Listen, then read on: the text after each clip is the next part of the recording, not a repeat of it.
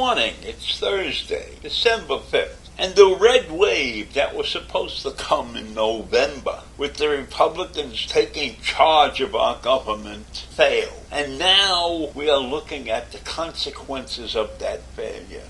True, they ended up the very small majority in the House, in Congress. And now the fight has begun with who should be the Speaker of the House. Kevin McCarthy has been fighting for this job for over 2 years. He wanted to replace Nancy Pelosi. But the members of his own party can't come together and give him that job. 3 times they voted on Tuesday. And 3 times he failed to get the necessary votes to become the Speaker of the House. So what is that telling you? I'll tell you what it's telling me. It's telling me that the Republican Party is a disaster. They can't get their act together.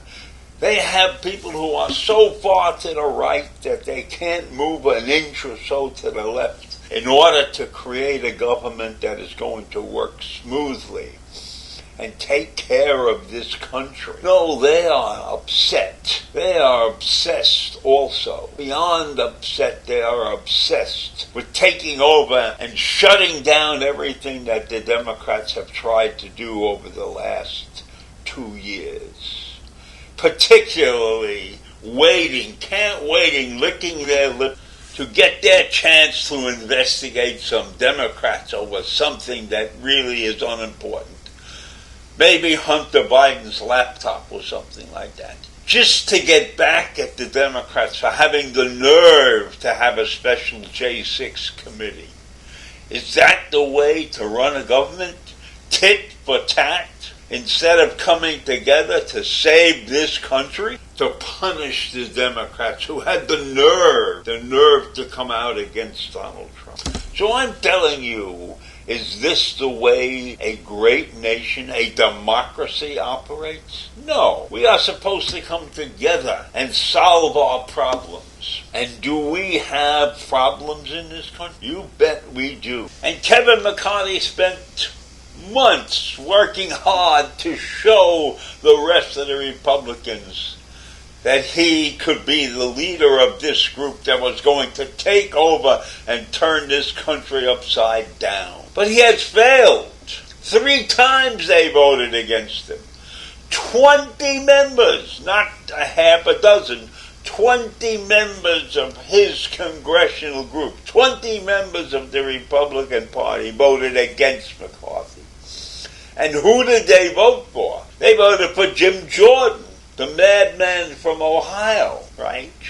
And Jim Jordan got those 20 votes. No other votes, just those 20 votes. So it's between McCarthy and Jordan. And who did Jordan vote for? Jordan voted for McCarthy. And Jordan wants no part of being the House Speaker.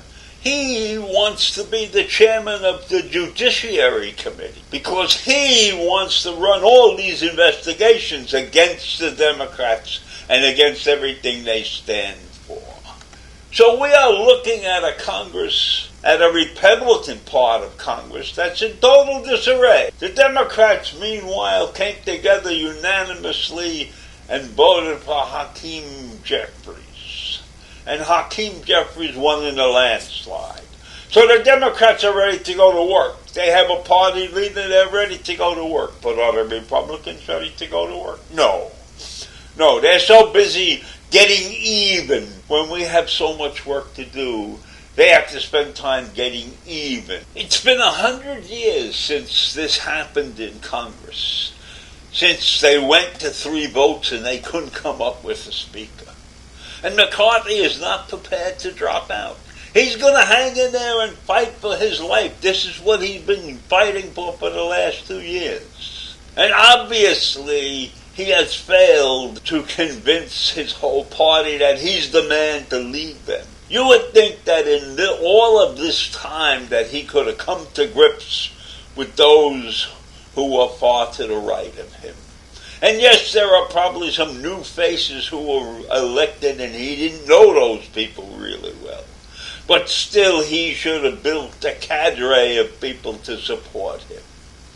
Instead, he has failed in this task and leaves this country in disarray and the Congress in disarray, and who knows what's liable to happen now. And his allies are not abandoning him. They are going to try and help him to find a way out of this mess. But let me ask you this, supposing he does win the thing eventually, the solidarity of his party will be tainted. This is not the way you want to start out. And if you have to give up chips in order to get elected, if you have to give up on things that you know should be done because some little right-winger wants something different, you can't run a group like that. Everybody has to come together and agree on the focus that the Republican Party is going to have.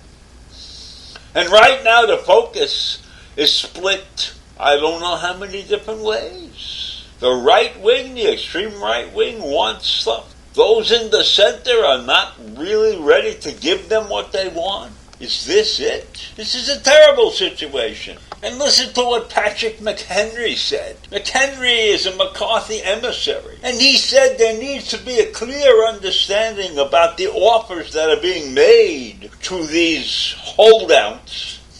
We have to have a wider group of members understanding what the trade-offs are. Well, what are the trade-offs? Nobody knows, really, what they look like, what the trade-offs look like. What's the opportunity to come to terms and get those 20 people on board? And they're liable to give up everything. This is not the way to start out. This thing should have been sorted out long before the voting took place. And McCarthy shouldn't have been stubborn.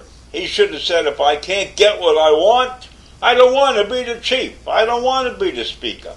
Why do you want a job when you're starting out on the wrong foot?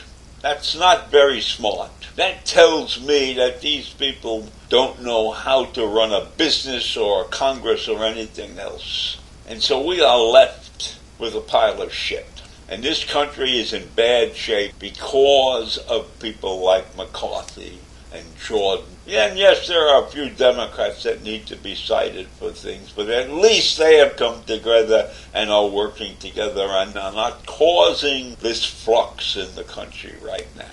So let's wait and see how this turned out. See you tomorrow. Bye.